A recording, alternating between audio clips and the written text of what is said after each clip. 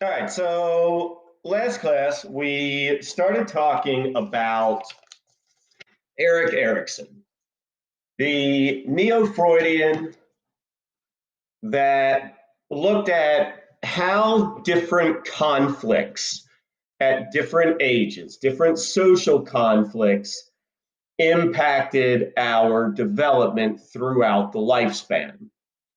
He's unique in that he's the only one of these stage theorists that looks at it throughout the lifespan. And what he basically said was that at each age range, there is a certain conflict that needs to be resolved. If it is resolved, then we have like a healthy development. We develop normally.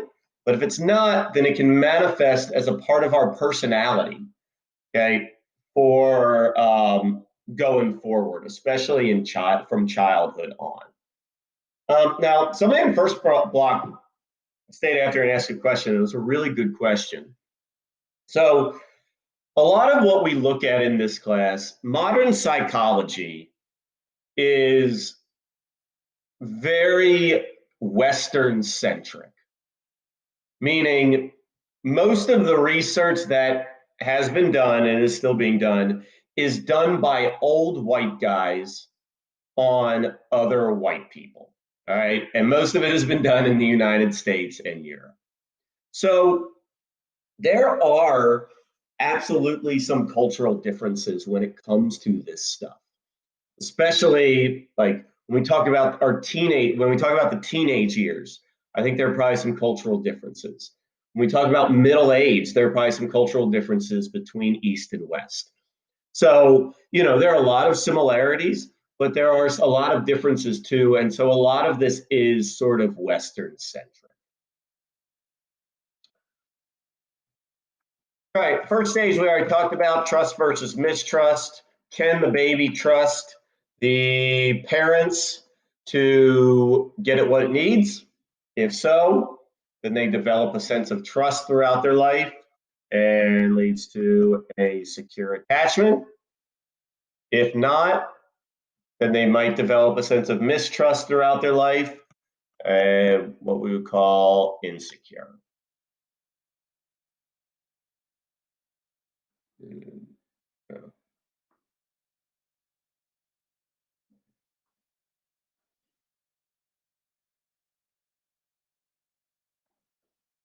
All right, the next stage, ages about 1 to 3, is what is called autonomy versus shame and doubt. Now, who knows, what does the word autonomy mean?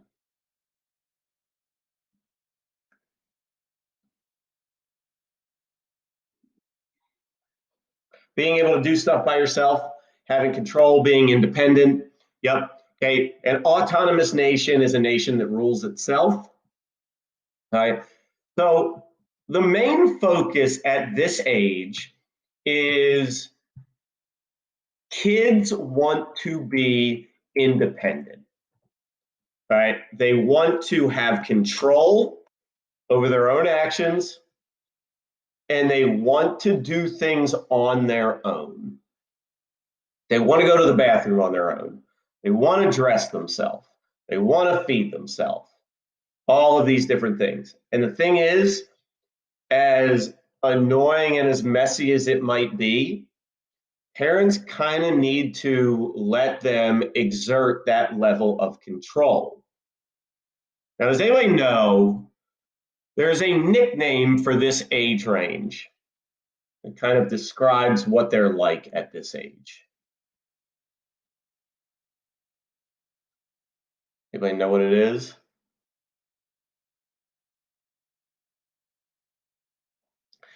Yep, Gabriella has it. Aiden has it. Yep, the terrible twos.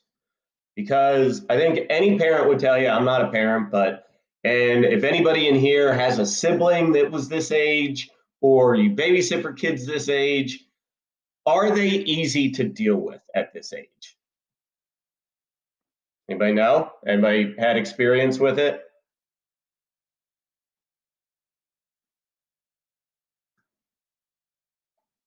Anyone?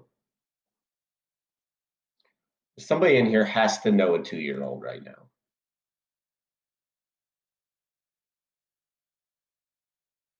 No? Nobody? Well, that wasn't that bad. Okay, well, maybe you just saw them on a good day. All right, I think most parents would say around this age, like little kids are complete assholes around this age. All right. They are kind of like teenagers, except they're just little children. All right. And they're like that because they are trying to exert as much control over, um, they're starting to learn about the world, right? And they're starting to, they want to exert as much control as possible. What's their favorite word at this age?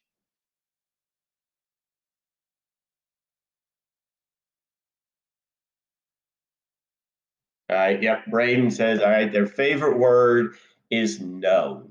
All right. Because no is a control word and they will say it to anything. Right. Even if it's something that they want, even if something like you say, like, you want a cookie, they're like, no.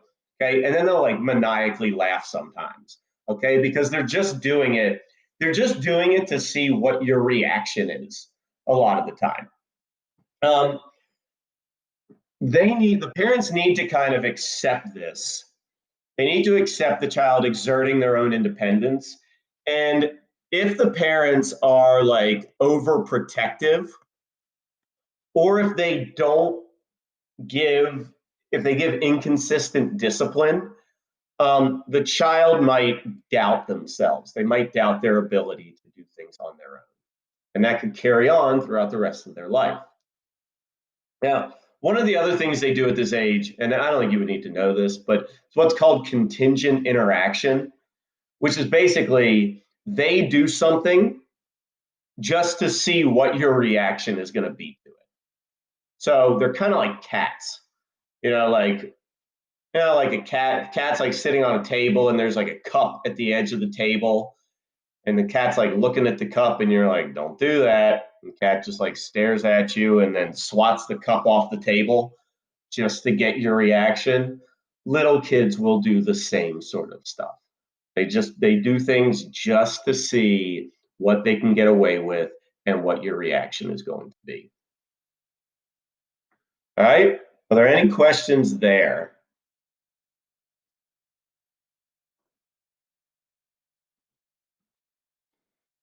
All right. Kind of going from that is so once they learn to have control,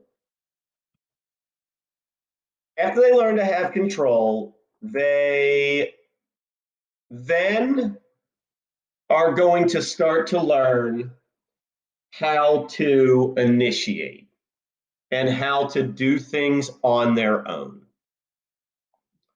So ages 3 to 6 is what's called initiative versus guilt. The biggest thing with this stage is they want to take the initiative to learn.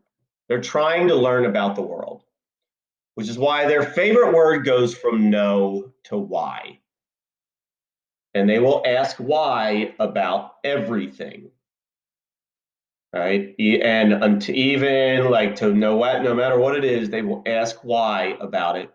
It's partially due because they're starting to develop theory of mind and they are trying to learn about how other people think. But mostly they're just trying to learn about the world. Um,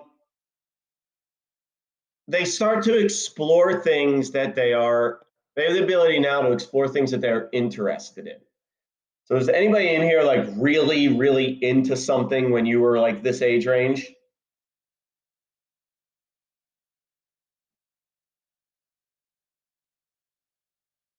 Okay. I mean, anybody, don't just say yes, like, all right, Polly Pockets, okay. You were really just into TV. All right, Beyblades? What is Beyblades? I was really into dinosaurs as well, like really into dinosaurs. Pokemon, yeah. Baby dolls, okay, yeah. All right, yep. Yeah, I was really, really into dinosaurs. And then around the age of 5 or so, I got really, really into the Civil War, which is an interesting thing for a 5-year-old. And that sort of carried on. I'm still a big Civil War buff. Okay, Star Wars, Bakugan. All right, yeah, yeah. Civil War, big Civil War buff. I still am. Um, so they can do things that explore their interest, and they can start because they can start to pretend play. They start to have self-initiated behaviors, and the with these self-initiated behaviors, it really depends on, are they successful in them. So for instance, like if you have like a tea party, and if you feel that the tea party has went well, okay, then that can help to develop a sense of purpose. But if you feel like it didn't go well, then you may feel guilt over not being able to do something well. All right. So that's the whole idea here. Okay. Them being curious about things and wanting to do things on their own has to be encouraged. Like when they're asking why, I'm sure parents want to, but they can't be like, we just shut the hell up. Like they gotta like let them like do it because they're trying to learn. One of the other big things at this stage is little kids want to feel like they are being responsible. They want to do things. They want to help. And parents kind of got to let them do it because they need to feel that sense of purpose. So if they want to help do the dishes, they want to help you mow the lawn, they want to help you do all these things. And if you think about it, all right, what were some of the toys that you all had at this age?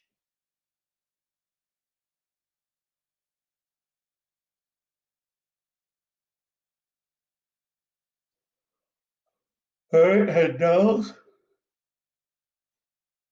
What else? Come on, there are some very specific toys that everybody had at this age.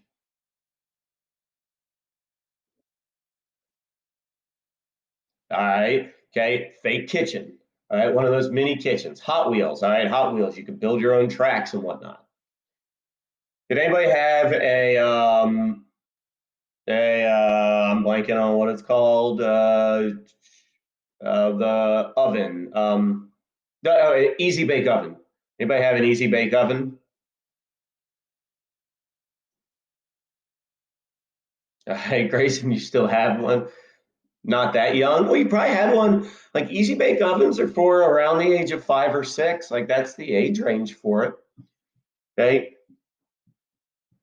All right. Easy bake ovens. Anybody have like a toy vacuum or like a toy lawnmower or like a workbench? Okay. Yeah. All right. Green machine. I don't know what that is. Okay. Um, all of those things, guys, are toys that also lets the child feel like they are being responsible. Okay, like if your parent is vacuuming, you can vacuum along with them. If your parent is mowing the lawn, you can mow along with them. If your parent is cooking, you can cook along with them. And it gives them the sense that they are doing something and initiating something and being responsible. Okay.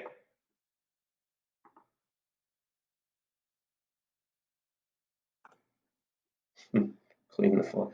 I had the lawnmower with all the balls inside that pop around. Yeah, dude, I had that one too. And what's funny about with toys for kids this age, they have not changed. Like I'm I'm a little bit less than 20 years older than most of y'all, but I had the same toys that y'all had: the lawnmower, the tool bench, Legos, like all of those different things. All right. The next stage, ages 6 to 12, the very awkward stage for most of us. You all saw the picture of me from around this age. My passport picture, wearing it's like Harry Potter. Okay, industry versus inferiority. The biggest thing in this stage is this is the first time, this is when school begins, and this is the first time in their, all right, this is the first time in their life that they are going to be compared to other kids because they're going to school. So they're being evaluated compared to other kids, and then they're also evaluating themselves compared to other kids. How does their performance compare to other kids? Are they good academically? Are they good at making friends? Are they good at playing sports? If so, then the child will develop a sense of competence. They are competent, right? Developing or a sense of that's what industry, being industrious is being good at something. Okay. If I ask Ben a question and he gets it right, and I say, "Good job, Ben," then Ben feels good. He said, "Oh, okay, I got that one right." Right? But if I ask Olivia a question and she stutters and gets it wrong and people laugh at her, then she's going to be like, "Oh man, I'm not as good as all of my peers."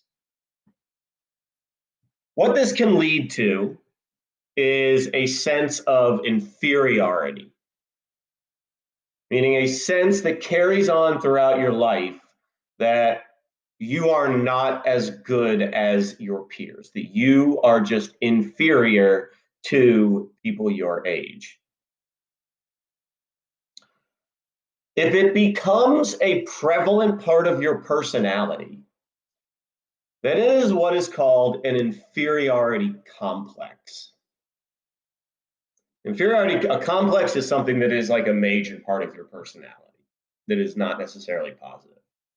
But with inferiority complexes, it is like they feel that like it's one of their big things. Now, interestingly, what happens a lot of the time, how do people who have inferiority complexes oftentimes act?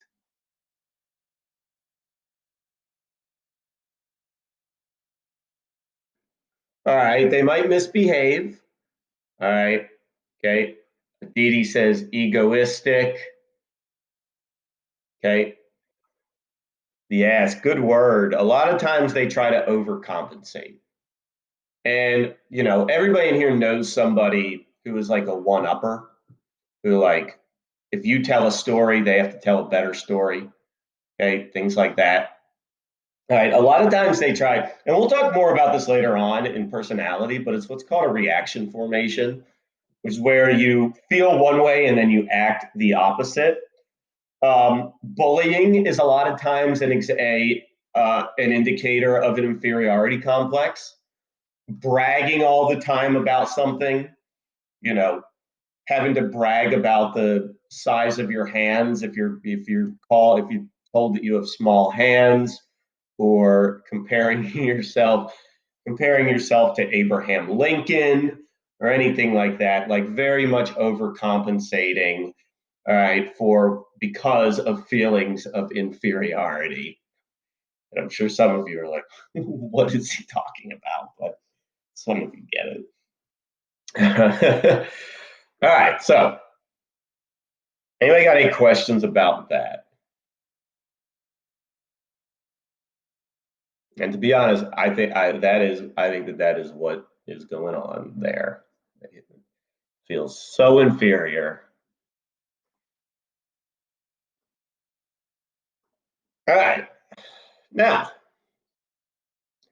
teenage years, where you all are at. Okay, identity versus role confusion. during during adolescence, um, during your teens, the biggest thing, the biggest conflict is trying to figure out who you are and where do you fit in. What is happening? It's, it's Taylor Swift, 15. I think what? You what? Well, yeah, I know I know there's a song playing. Oh, that's that like I was playing it. All right, because that's okay, because it's it's 15 by Taylor Swift. All right, was about being a teenager. I told you all before that I'm a huge uh, uh, Swift fan. All right, I'm not kidding. I am. All right, so Zoom bombed himself. Yeah. Okay. All right. So as a teenager, you're like the biggest conflict is figuring out who you are and where you fit in. And as a teenager, you are trying to balance many different roles. So, what are some of the different roles that you're trying to balance as a teenager?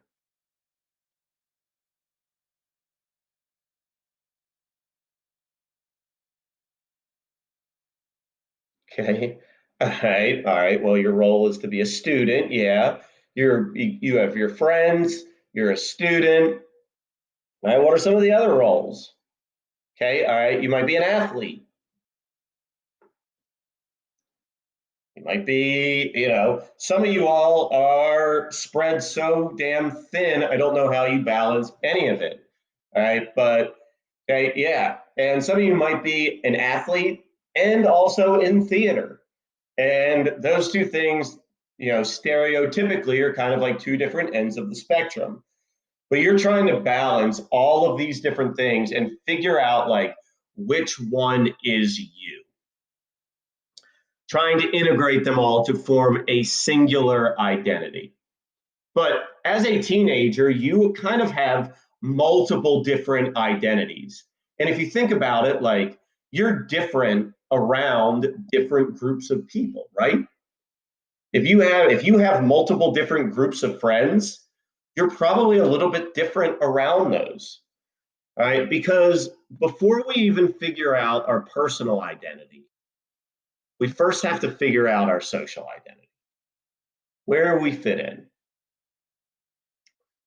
And that's why as teens, you see a lot of people go through a lot of different transitions in high school.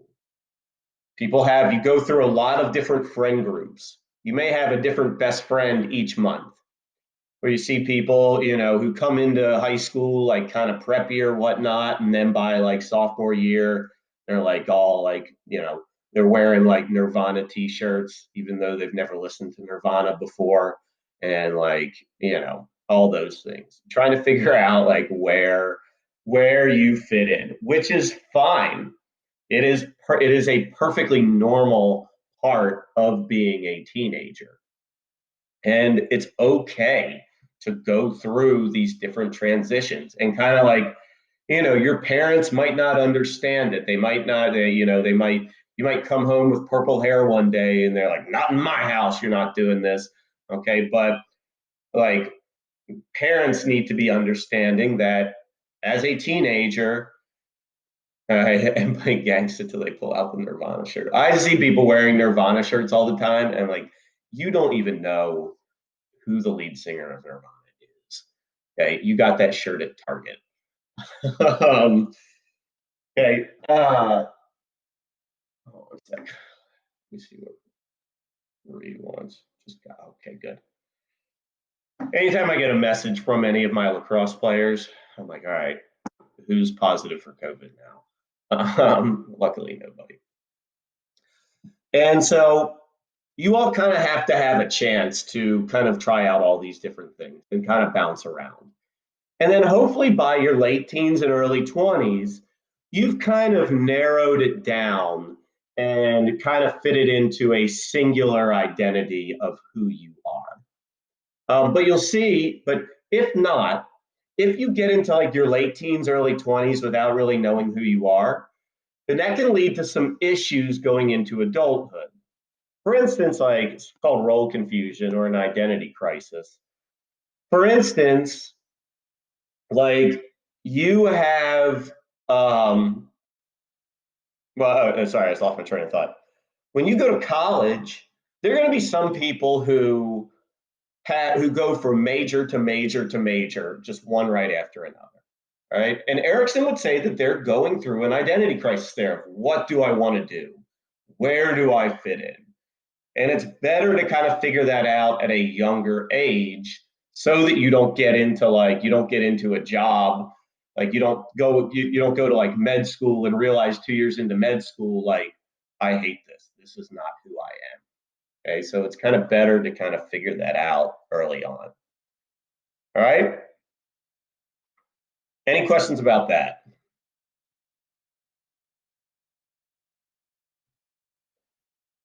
Okay.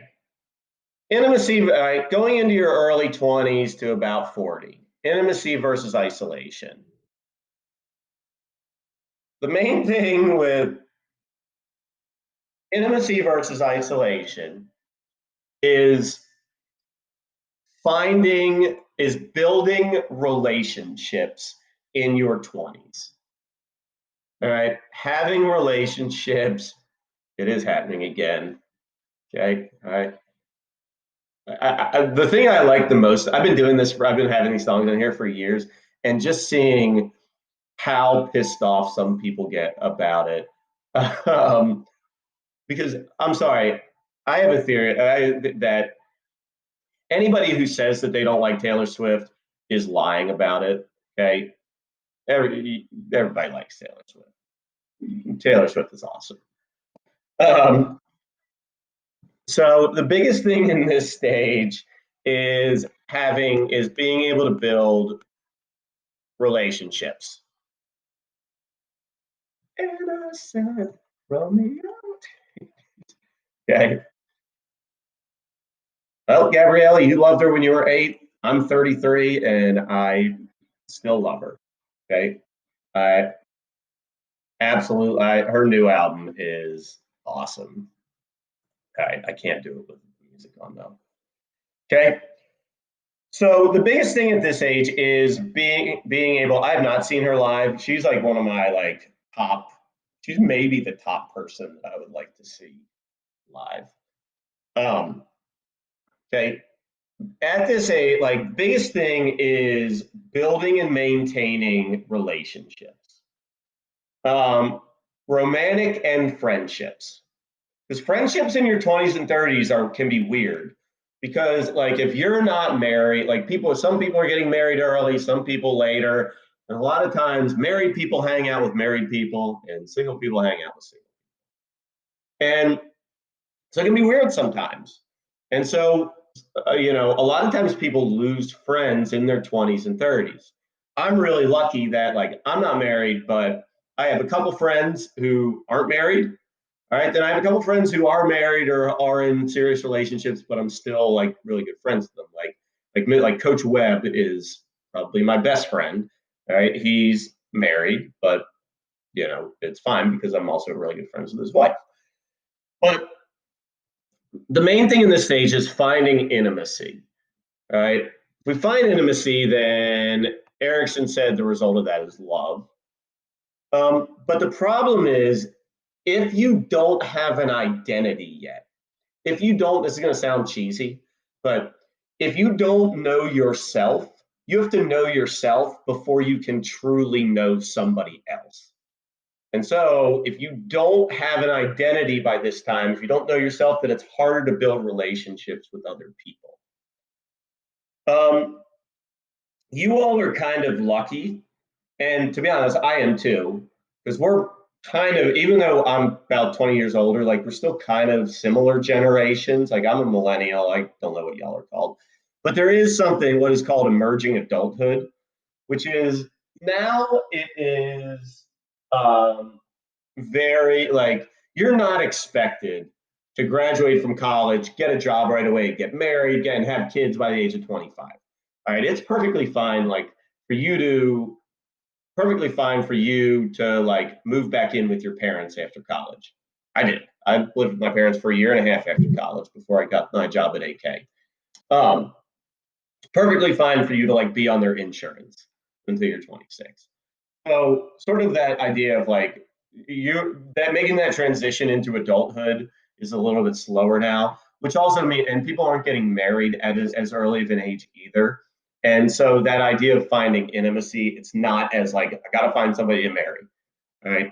But if you lack this, like going into your 30s and whatnot, it can lead to feelings of isolation, meaning depression, anxiety, substance abuse, sexual promiscuity, things like that. All right. Any questions on that one? Got two more, almost done.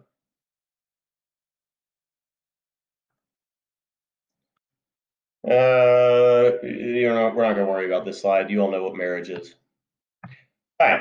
Middle age, generativity versus stagnation. The big thing at this age is do you feel like so by this age you're like kind of settled down, you probably have a family, you hopefully have a steady job, you have a house, you're financially stable, all of these things. Do you feel that you are adding value? Right? Do you feel that you're adding value and doing something good for the next generation? Do you have a job that you think is meaningful? Are you inventing things that are going to be used later on? Are you, teaching kids from the next gen that are going to go on and do things? Are you raising good kids? If so, and if you feel like you are being productive at this age, then Erikson said that this leads to feelings of care, and you're kind of able to kind of be, you're content with your life then. But if not, can experience feelings of stagnation. Now, what does stagnation mean?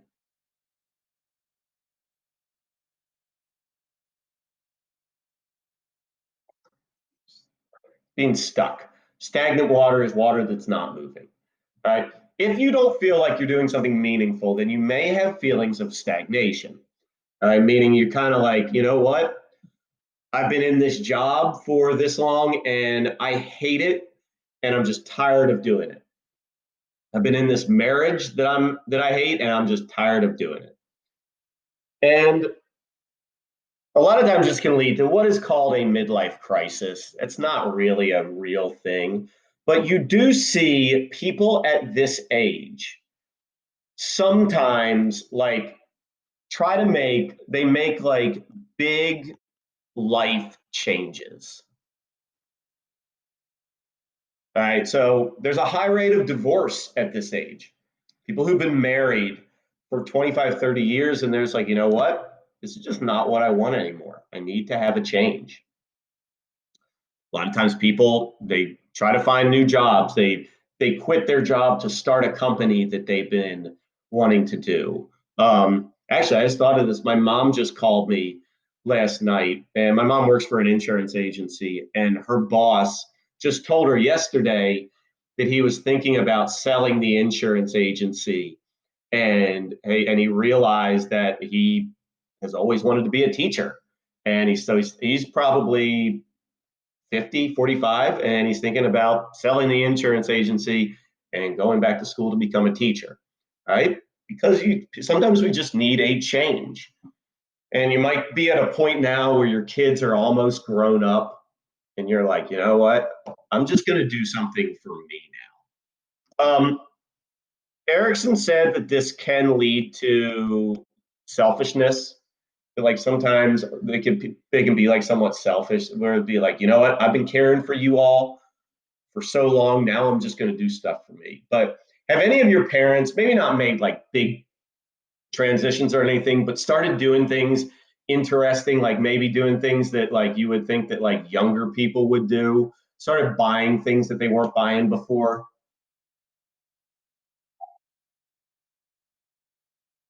Like what?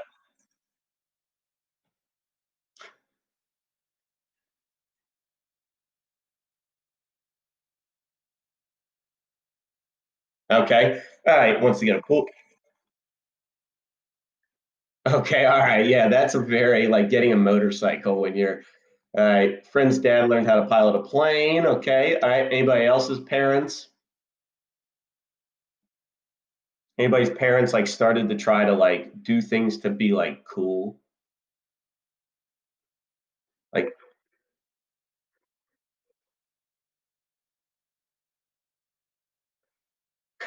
okay. Oh, okay. All right. Well, good. He doesn't have to. He doesn't even necessarily have to move to Canada to do that. Like, it's gonna be legal everywhere soon. So, yeah. Um. Okay. All right. Yeah. I think there is an aspect sometimes of they're like, oh, shit, I'm getting old. Like, I gotta do something to make. So, like, they might like all of a sudden they start like upping their sneaker game at like age 50, or like getting some sort of reconstructive surgery or stuff like that. All right. So, and it's not like it's just this aspect of like I'm feeling like nothing, like I'm not moving forward, so I got to change something. All right. Any questions about that one? All right. Lastly, integrity versus despair. Okay. Look back on life, and they look back and they say, all right, was my life meaningful? If so, then they're kind of like happy old people that develop a sense of wisdom. Okay. Like, my grandparents are 84 and 82, somewhere around there, still work full time jobs and whatnot. And like, very like they're getting old with integrity. Um, If not, though, they might have, if they look back and say, I wasted all this time, blah, blah, blah, they might look back and have regrets and fall into despair. And that's where you get like the like, get off my lawn, old people. Um, like my our next door neighbors when I was growing up, when I was in like middle school, like my house, oh, like we had four, there were four kids in my family, and we're always having people over and whatnot, and we would get like we'd be throwing a little cross ball around or whatnot, and get balls in my next door neighbor's yard. They were this old couple, and the guy would come out and he'd stand there in the window and watch to see if we stepped on his lawn. And if we did, he would come out and scream at us. But he would come out and he would take pictures on a Polaroid camera of the ball that we got in his yard, and then he'd take the ball.